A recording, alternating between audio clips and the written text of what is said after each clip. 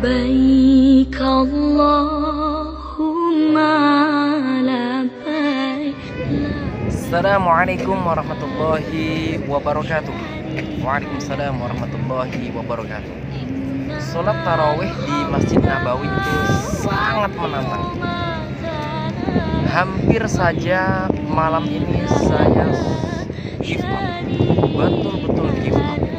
Tapi yang membuat kita hampir give up adalah bacaan imam surat yang sangat panjang. Maka saya bilang, sholat tarawih di Masjid Nabawi sangat menantang. Walaupun berkali-kali teman-teman sudah umroh, tetapi reguler di bulan-bulan biasa, beda, sangat beda suasana dan rasanya jikalau dibandingkan dengan umroh Ramadan. Sangat menarik sekali. Makanya tidak salah Rasulullah berkata atau bersabda bahwa umroh di bulan Ramadan itu pahalanya seperti haji bersama. Karena ini sangat menantang, maka video kali ini saya akan memberikan tips buat teman-teman semua di video ke-13 ini. Tips apa itu? Tips sebelum dan saat sholat tarawih. Okay.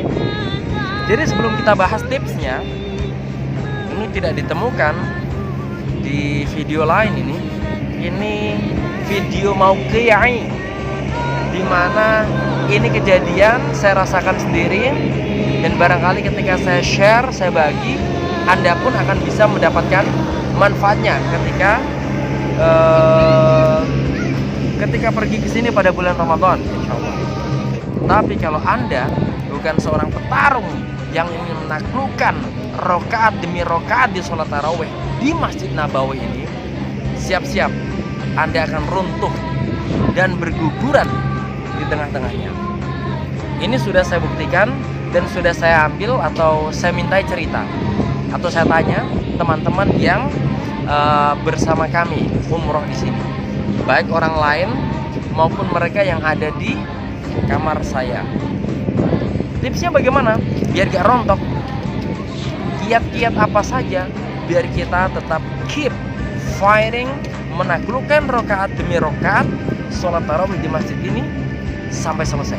Yang pertama, air minum. Kalau bisa botolnya jangan yang kecil. Ini botol berapa liter nih, kecil ini. Kecil ya.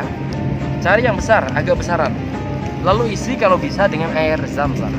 Berdoa untuk dikuatkan dalam melakukan sholat tarawih sampai tuntas.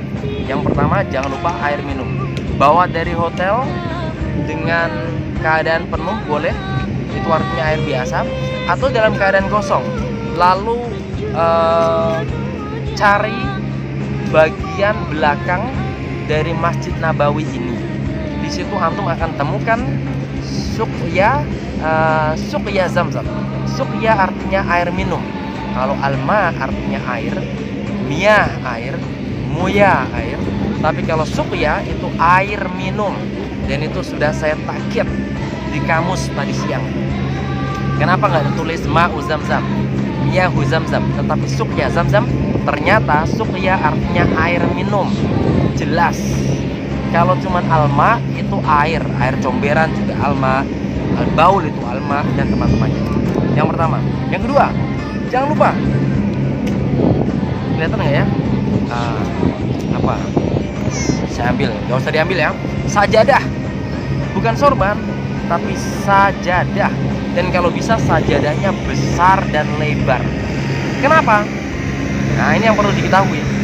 Saya juga nggak tahu, apa mungkin syariah di Indonesia lebih dahsyat, rukun-rukunnya dikerjakan dengan baik.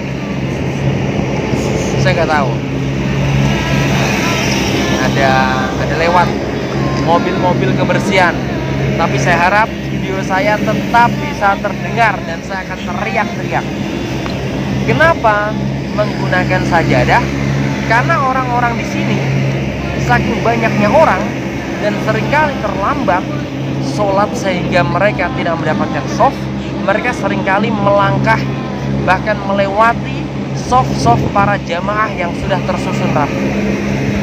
Dan yang saya perhatikan, jika kalau kita memakai sajadah, shaf kita memang dilewatin tetapi gak diinjak. Kok bisa begitu? Maksudnya gimana? Ya, kalau shaf yang tidak ada sajadahnya, bahkan ketika kita hanya menggunakan sorban atau kita berada di barisan yang berkarpet, itu dilangkai begitu saja. Dan itu nggak cukup dilangkai begitu aja, tapi juga menggunakan sandal, sepatu.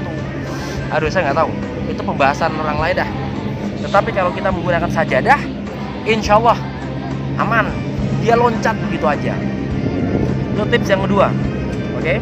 Maksudnya kita itu biar tenang, nggak dilangkah-langkahi, nggak diganggu, maju mundur kanan kiri gitu.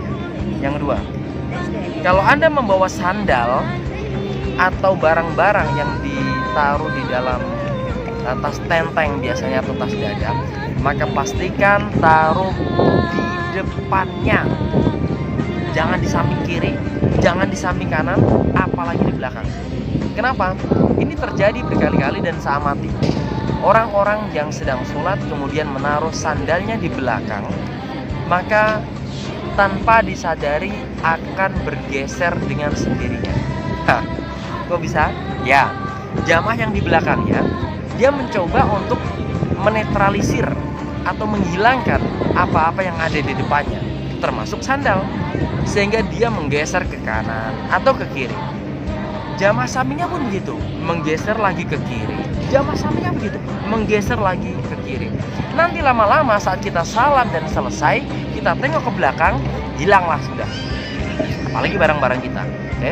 Tetap ditaruh di depan, walaupun nggak ditaruh di plastik. Syukur-syukur ditaruh di plastik. Intinya adalah pastikan ada di depan.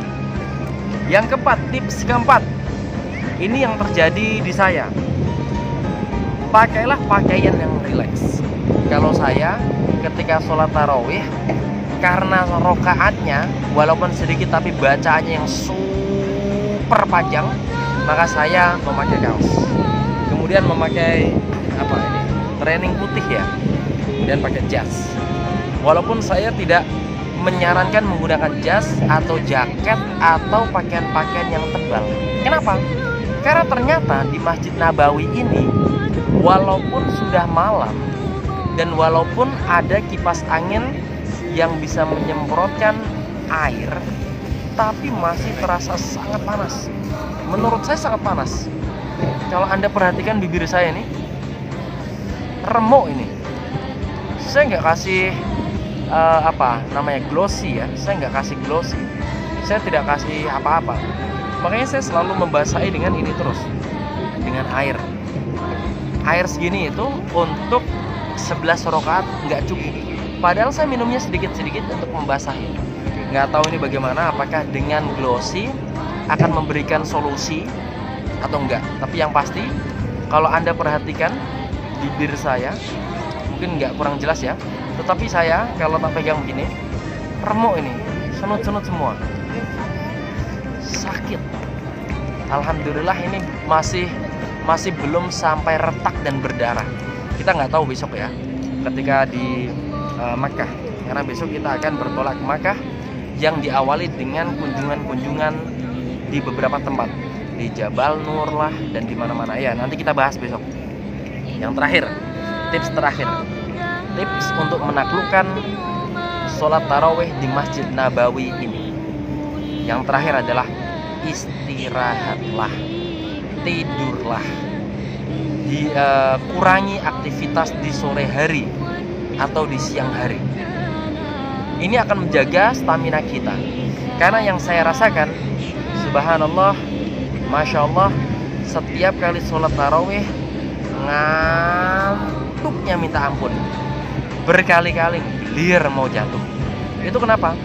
Karena mata ini betul-betul sangat capek dan ingin ditutup gitu. Satu, karena angin berhembus menusuk di mata dan rasanya perih. Bawaannya pengen ditutup.